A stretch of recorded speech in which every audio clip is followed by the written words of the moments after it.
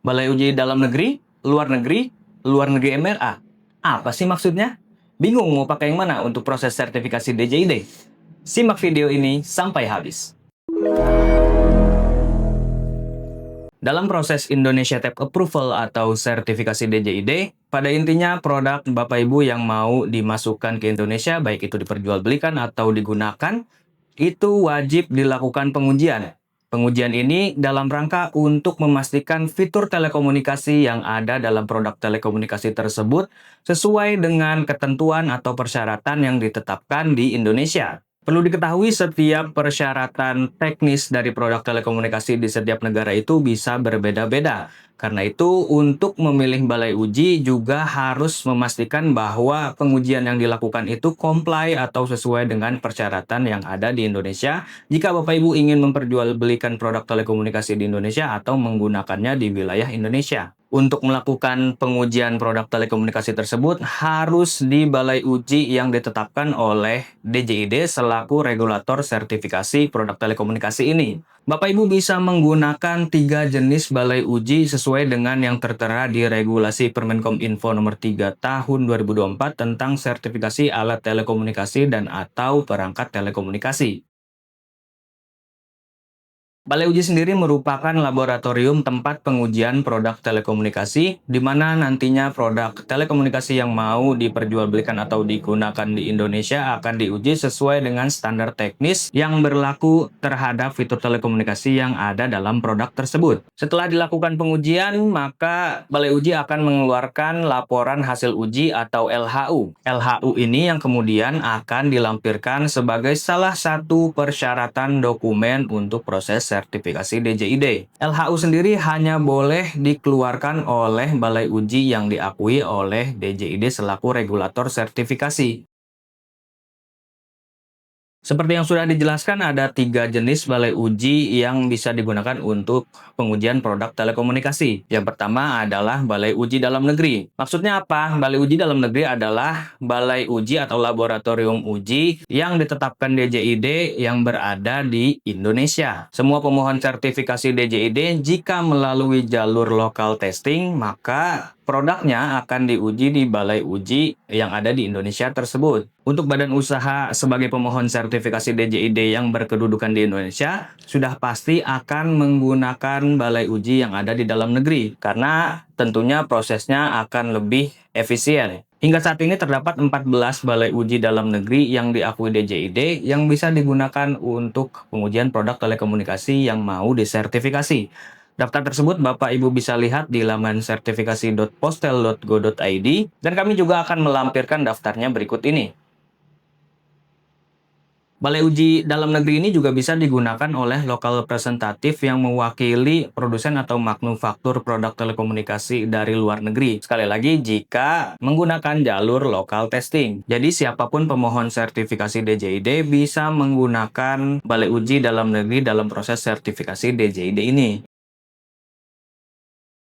Jenis balai uji yang kedua adalah balai uji MRA. MRA sendiri merupakan Mutual Recognition Arrangement. Ini adalah bentuk kerjasama dari dua negara dalam beberapa hal yang disepakati. Terkait proses sertifikasi DJID ini, kerjasama MRA dari dua buah negara itu dalam rangka mengakui hasil pengujian dari masing-masing laboratorium uji atau balai uji. Untuk pemohon sertifikasi DJID selaku lokal representatif yang mewakili produsen atau manufaktur dari produk telekomunikasi yang berasal dari luar negeri bisa menggunakan balai uji MRA ini. Namun perlu diingat, hingga saat ini Indonesia menjalin kerjasama MRA dalam rangka proses sertifikasi DJID ini hanya dengan negara Korea Selatan. Sama seperti sebelumnya, daftar balai uji luar negeri MRA ini bisa Bapak Ibu lihat di laman sertifikasi.postel.go.id.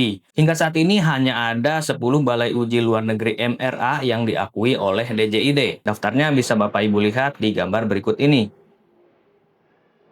Salah satu keuntungan jika Bapak Ibu menggunakan Balai Uji Luar Negeri MRA ini adalah tarif penerbitan sertifikat DJID-nya itu lebih murah ketimbang menggunakan Balai Uji Luar Negeri non-MRA. Namun perlu diingat karena Balai Uji Luar Negeri MRA ini hanya berada di Korea Selatan, Bapak Ibu juga perlu memastikan dari mana asal produk telekomunikasi yang Bapak Ibu wakili tersebut. Kalau ternyata negaranya cukup jauh dari Korea Selatan, ya tentu saja ini tidak efisien karena Bapak Ibu harus mengirimkan sampel produknya ke balai uji tersebut, di mana biaya pengiriman sampelnya semakin jauh itu pastinya akan semakin mahal. Dan jenis balai uji yang bisa digunakan dalam proses sertifikasi DJID yang ketiga adalah Balai Uji Luar Negeri Non-MRA. Seperti namanya, ini adalah balai uji yang berada di luar negara Indonesia, di mana Indonesia tidak menjalin kerjasama MRA dengan negara asal atau tempat balai uji tersebut.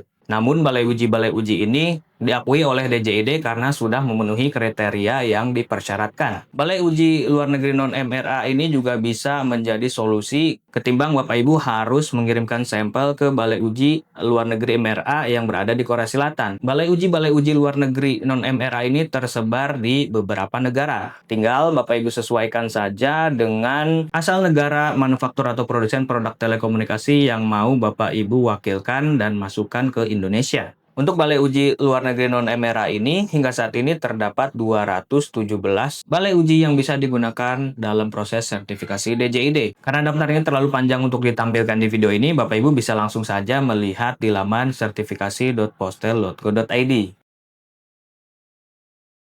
Jika Bapak Ibu menggunakan balai uji luar negeri, baik itu non-MRA ataupun MRA, maka dalam proses sertifikasi DJID ini Bapak Ibu akan melalui jalur evaluasi dokumen, di mana nantinya dokumen-dokumen persyaratannya tinggal disubmit saja di akun e-sertifikasi DJID. Jika Bapak Ibu ingin menggunakan balai uji luar negeri, baik balai uji non-MRA ataupun balai uji MRA, juga perlu memastikan bahwa balai uji tersebut sudah diakui DJID dan bisa Bapak Ibu lihat dari daftar yang sudah kami tampilkan tadi.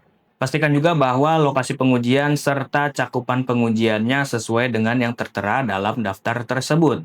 Dan yang paling penting, pastikan juga lokasi balai uji luar negeri tersebut tidak terlalu jauh dari manufaktur atau produsen produk telekomunikasi yang Bapak Ibu mau masukkan ke Indonesia. Karena seperti yang tadi sudah dijelaskan, semakin jauh maka biaya pengiriman sampel ke balai uji tersebut akan semakin mahal.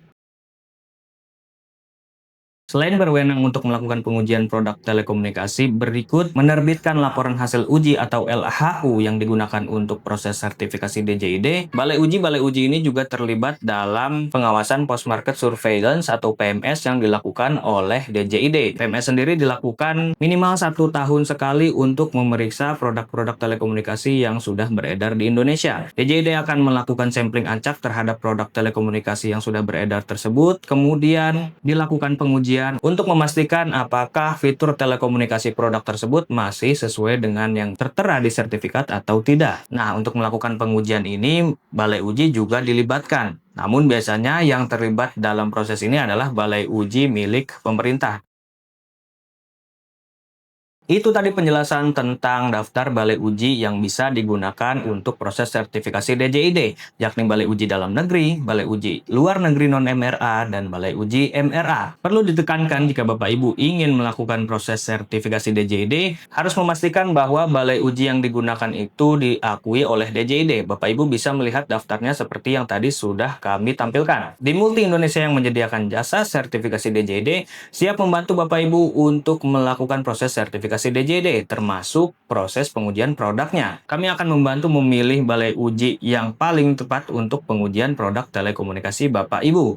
Kalau mau mengetahui lebih banyak tentang Indonesia Type Approval atau sertifikasi DJID, produk telekomunikasi, dan update berbagai teknologi lainnya, subscribe channel kami. Sampai jumpa di video selanjutnya.